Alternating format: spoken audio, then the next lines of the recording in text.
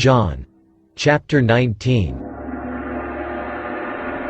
So then Pilate took Jesus and scourged him. And the soldiers twisted a crown of thorns and put it on his head. And they put on him a purple robe. Hail, King of the Jews! And they struck him with their hands. Pilate then went out again and said to them, Behold, I am bringing him out to you, that you may know that I find no fault in him. Then Jesus came out, wearing the crown of thorns and the purple robe. Behold, the man! Therefore, when the chief priests and officers saw him, they cried out, You take him and crucify him, for I find no fault in him. We have a law, and according to our law, he ought to die, because he made himself the Son of God. Therefore, when Pilate heard that saying, he was the more afraid, and went again into the praetorium and said to Jesus, Where are you from? But Jesus gave him no answer. Are you not speaking to me?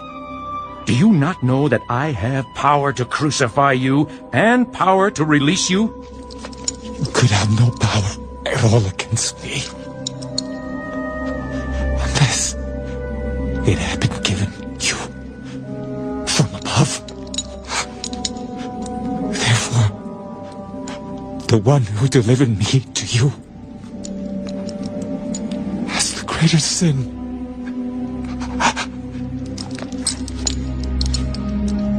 From then on, Pilate sought to release him. But the Jews cried out, If you let this man go, you are not Caesar's friend. Whoever makes himself a king speaks against Caesar. When Pilate therefore heard that saying, he brought Jesus out and sat down in the judgment seat in a place that is called the Pavement, but in Hebrew, Gabbatha. Now it was the preparation day of the Passover, and about the 6th hour. And he said to the Jews, Behold your king! But they cried out, Away with him! Away with him! Crucify him! Shall I crucify your king?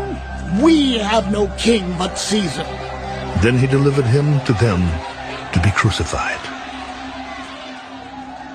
Then they took Jesus and led him away. And he, bearing his cross, went out to a place called the Place of a Skull, which is called in Hebrew Golgotha, where they crucified him, and 2 others with him, one on either side, and Jesus in the center.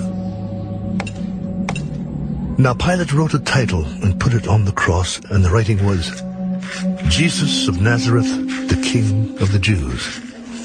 Then many of the Jews read this title, for the place where Jesus was crucified was near the city, and it was written in Hebrew, Greek, and Latin. Therefore the chief priests of the Jews said to Pilate, Do not write the King of the Jews, but he said, I am the King of the Jews. What I have written, I have written.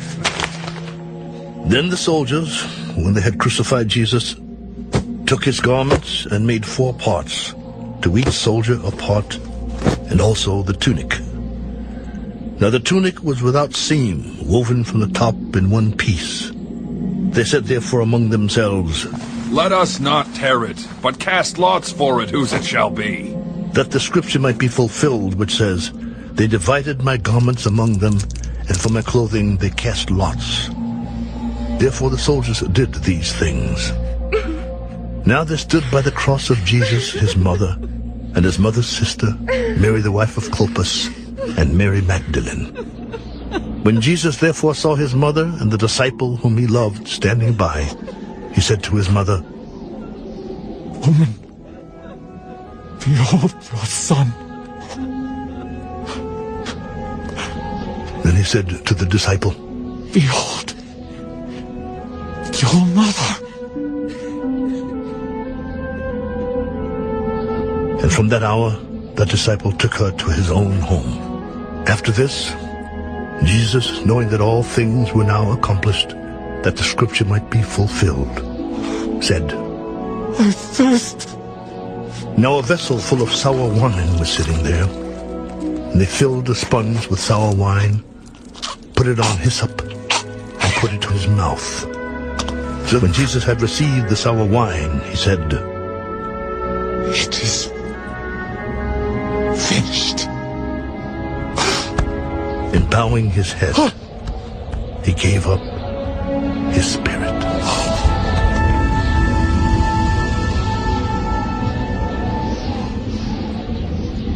Therefore, because it was the preparation day, that the body should not remain on the cross on the Sabbath, for that Sabbath was a high day, the Jews asked Pilate that their legs might be broken, and that they might be taken away. Then the soldiers came and broke the legs of the first and of the other who was crucified with him. But when they came to Jesus and saw that he was already dead, they did not break his legs. But one of the soldiers pierced his side with a spear, and immediately blood and water came out. And he who has seen has testified, and his testimony is true, and he knows that he is telling the truth, so that you may believe. For these things were done, that the scripture should be fulfilled, that one of his bones shall be broken. And again another scripture says, they shall look on him whom they pierced. After this, Joseph of Arimathea, being a disciple of Jesus, but secretly, for fear of the Jews, asked Pilate that he might take away the body of Jesus. And Pilate gave him permission. So he came and took the body of Jesus. And Nicodemus, who at first came to Jesus by night, also came, bringing a mixture of myrrh and aloes, about 100 pounds.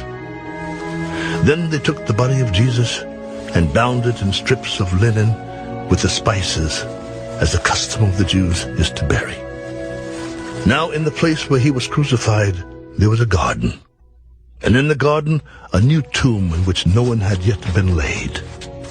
So there they laid Jesus, because of the Jews' preparation day, for the tomb was nearby.